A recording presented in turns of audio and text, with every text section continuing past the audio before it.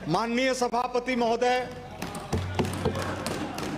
मुझे समय देने के लिए मैं बहुत आभारी हूं। आदरणीय मुख्यमंत्री महोदय, वित्त मंत्री जी और चिकित्सा मंत्री जी का धन्यवाद ज्ञापित करता हूं एक अच्छे बजट के लिए। मैं सौभाग्यशाली हूं कि मेरे पहले अपने विद्वान 8 बार के विधायक माननीय श्री कालीचरण जी सराफ, जिनका चिकित्सा विभाग से गहरा नाता रहा है, उनके विचार सुनने को मिले। और बहन शिखा जी, इन्होंने कई ऐसे सुझाव दिए हैं जिस पर निश्चित ही ध्यान देना बनता है। मैं इस बात को दोहराना चाहता हूं कि हमारे संकल्प पत्र की 72% बातें पूरी होने के बाद और बजट की 90% बातें पूरी होने के बाद 24-25 के 93% और 25-26 के 86% होने के बाद कुछ बातें हैं जो होनी हैं। आज मैं कटौती प्रस्तावों के जरिए हमारे माननीय मंत्री महोदय को और सरकार को आपके जरिए यही प्रार्थना करना चाहता हूं। मैं माननीय मंत्री महोदय का आभारी हूं। परिवार के अंदर 2 संवेदनशील मौतें होने के बाद जिस तरह से इनको मैंने सवाई मानसिंह हॉस्पिटल के अंदर रात को 1 बजे देखा तो मेरी आंखें भर आई, क्योंकि वो घटना ही ऐसी थी। मंत्री महोदय, आप एक बहुत ऊंचे नाम वाले ओंकार सिंह जी के पुत्र हैं, इसलिए हमको इस बात का भी गर्व है कि आप राजस्थान की चिकित्सा पद्धति को आगे ले जाने का काम करेंगे। आपको ऐसे लोग मिले हैं जिनको अधिकारियों के रूप में जिन्होंने काम करके दिखाया है, और निश्चित रूप से आने वाला समय राजस्थान की चिकित्सा के लिए बहुत ही सौभाग्यशाली होगा। राजस्थान के अस्पतालों की दशा सुधरी है, चाहे हम एसएमएस में चले जाए, चाहे काउंटिया में चले जाए, चाहे किसी भी अस्पताल में चले जाएं, वहां जो साफ सफाई, स्वच्छता का माहौल और चिकित्सकों की विनम्रता नजर आती है, ये पहली बार देखने के अंदर सामने आई है। मैं अपनी बात शुरू करूं उसके पहले मैं आदरणीय कालीचरण जी के द्वारा उठाए गए विषय कि गणगौरी बाजार के अस्पताल का नाम पंडित दीनदयाल जी के नाम पर और मेडिकल कॉलेज का नाम शेरे राजस्थान, भारत के अंदर लोकतंत्र के इतिहास में सबसे बड़े नेता हुए भैरव सिंह जी शेखावत के नाम पर रखा जाए। पक्ष और प्रतिपक्ष को एकमत होकर बात का समर्थन करना चाहिए कि जिन भैरव सिंह जी ने सदन की मर्यादाओं को बनाने में सारा जीवन लगा दिया, उनके नाम से मेडिकल कॉलेज होना ही चाहिए। आदरणीय महोदय, हमारे सिविल लाइन क्षेत्र के अंदर क्या विषय ही मैं रखना चाहता हूं, लेकिन मैं ये कहना चाहता हूं कि ये फ्यूचरिस्टिक बजट है, ये फोकस्ड बजट है, ये फुलफिलिंग बजट है, ये फैमिलियर बजट है, ये फंक्शन करने वाला बजट है। इस बजट के लिए मैं फिर एक बार पुनः हमारे चिकित्सा मंत्री जी को धन्यवाद देता हूं। आदरणीय महोदय, 27,000 करोड़ से ज्यादा के चिकित्सा के बजट जो 2023-24 के बजट से 73% ज्यादा है। ऐतिहासिक वृद्धि के लिए आभार।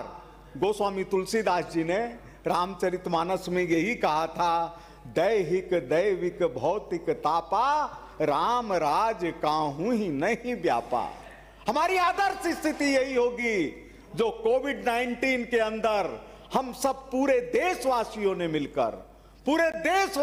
मिलकर के पूरे विश्व को दिया कि हम किसी से पीछे नहीं, इसमें एक पार्टी नहीं, इसमें एक परिवार नहीं, इसमें सिर्फ सरकार नहीं, आम जनता एकजुट हो गई और जनता ने दिखा दिया कि हम किसी भी विषय में पिछड़े भी हो सकते हैं, लेकिन हमने दुनिया के अंदर इतिहास रच के दिखा दिया और कोविड-19 को सबसे सही तरीके से निपटने के मामले में विश्व में पहला नाम गया तो वो हिंदुस्तान का नाम था। हमारे प्रधानमंत्री नरेंद्र मोदी जी के नेतृत्व में सत्ता पक्ष, विपक्ष, सभी राजनीतिक दल, सभी समाज एकजुट होकर के खड़े थे।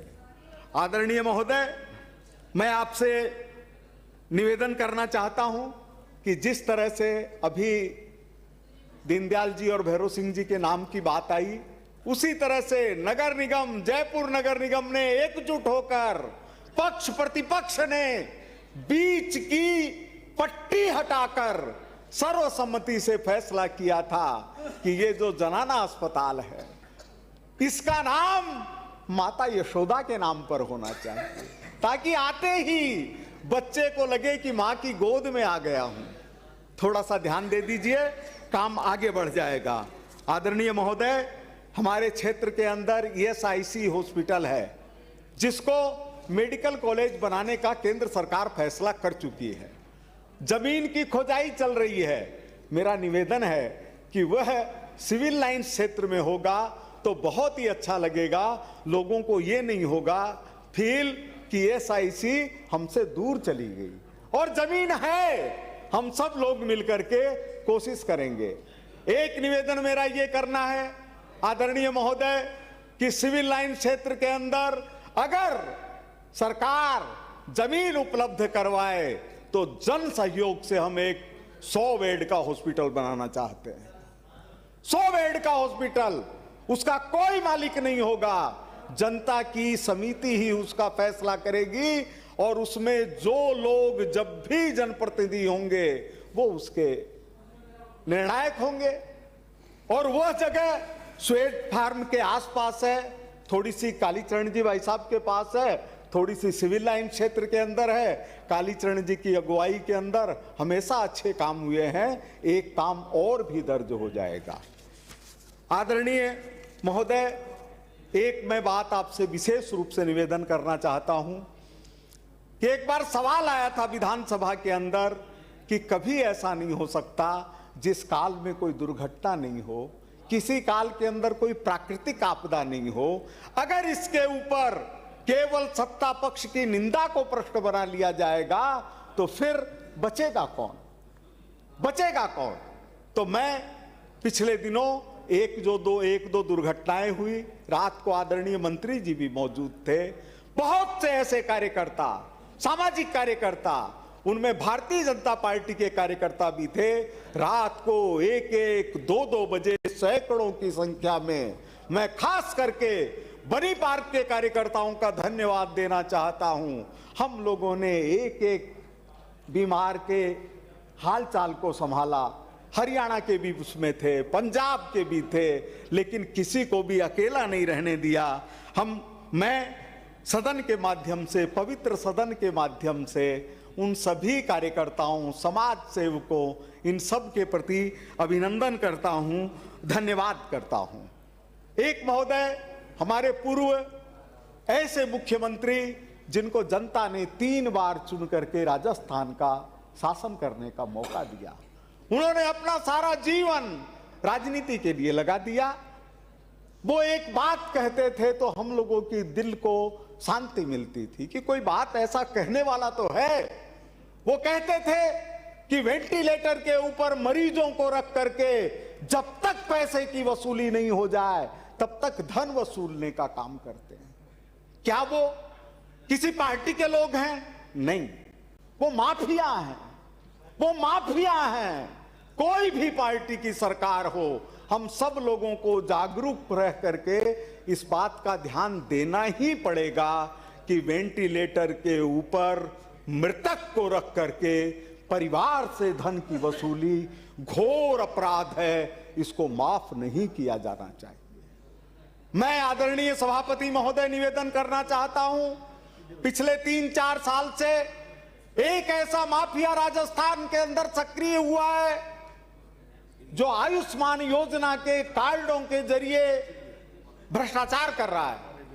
ताजा एक मामला खुला है 8 करोड़ का, जिसमें मरीज नहीं गया, जिसमें कार्ड नहीं पहुंचा, जिसके अंदर व्यक्ति नहीं है, व्यक्ति बैठा हुआ है नागपुर में और 5-5 बार उसकी एमआरआई हो रही है और पैसे की वसूली हो रही है।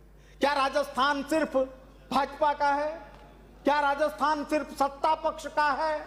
माफियापन पे उस समय अपनी सबकी जिम्मेदारी है, सबकी जिम्मेदारी है और वह हमको करना ही पड़ेगा, करना ही पड़ेगा। अगर हम नहीं करेंगे तो क्या हम लोगों की जिंदगियां इसी में निकल जाएगी कि उसने ये अपराध किया, उसने ये अपराध किया। माफियाओं के खिलाफ एकजुट होना ही होगा और यह राजस्थान की विधानसभा इस बात की साक्षी है कि जब भी किसी के साथ अन्याय की बात आई है आखिरकार सब एकजुट हुए हैं और अच्छा फैसला किया है। आदरणीय महोदय, मेरे 2-3 पॉइंट हैं खाली विधानसभा क्षेत्र के। सुभाष नगर के अंदर टीबी हॉस्पिटल है। स्वागत है भाई साहब, पधारिए। भाई आ गए? हाँ, अब मेरे भाई आ गए। टीबी हॉस्पिटल है, वहां पर 45.18 करोड़ की 45.18 करोड़ की स्वीकृति हो चुकी है।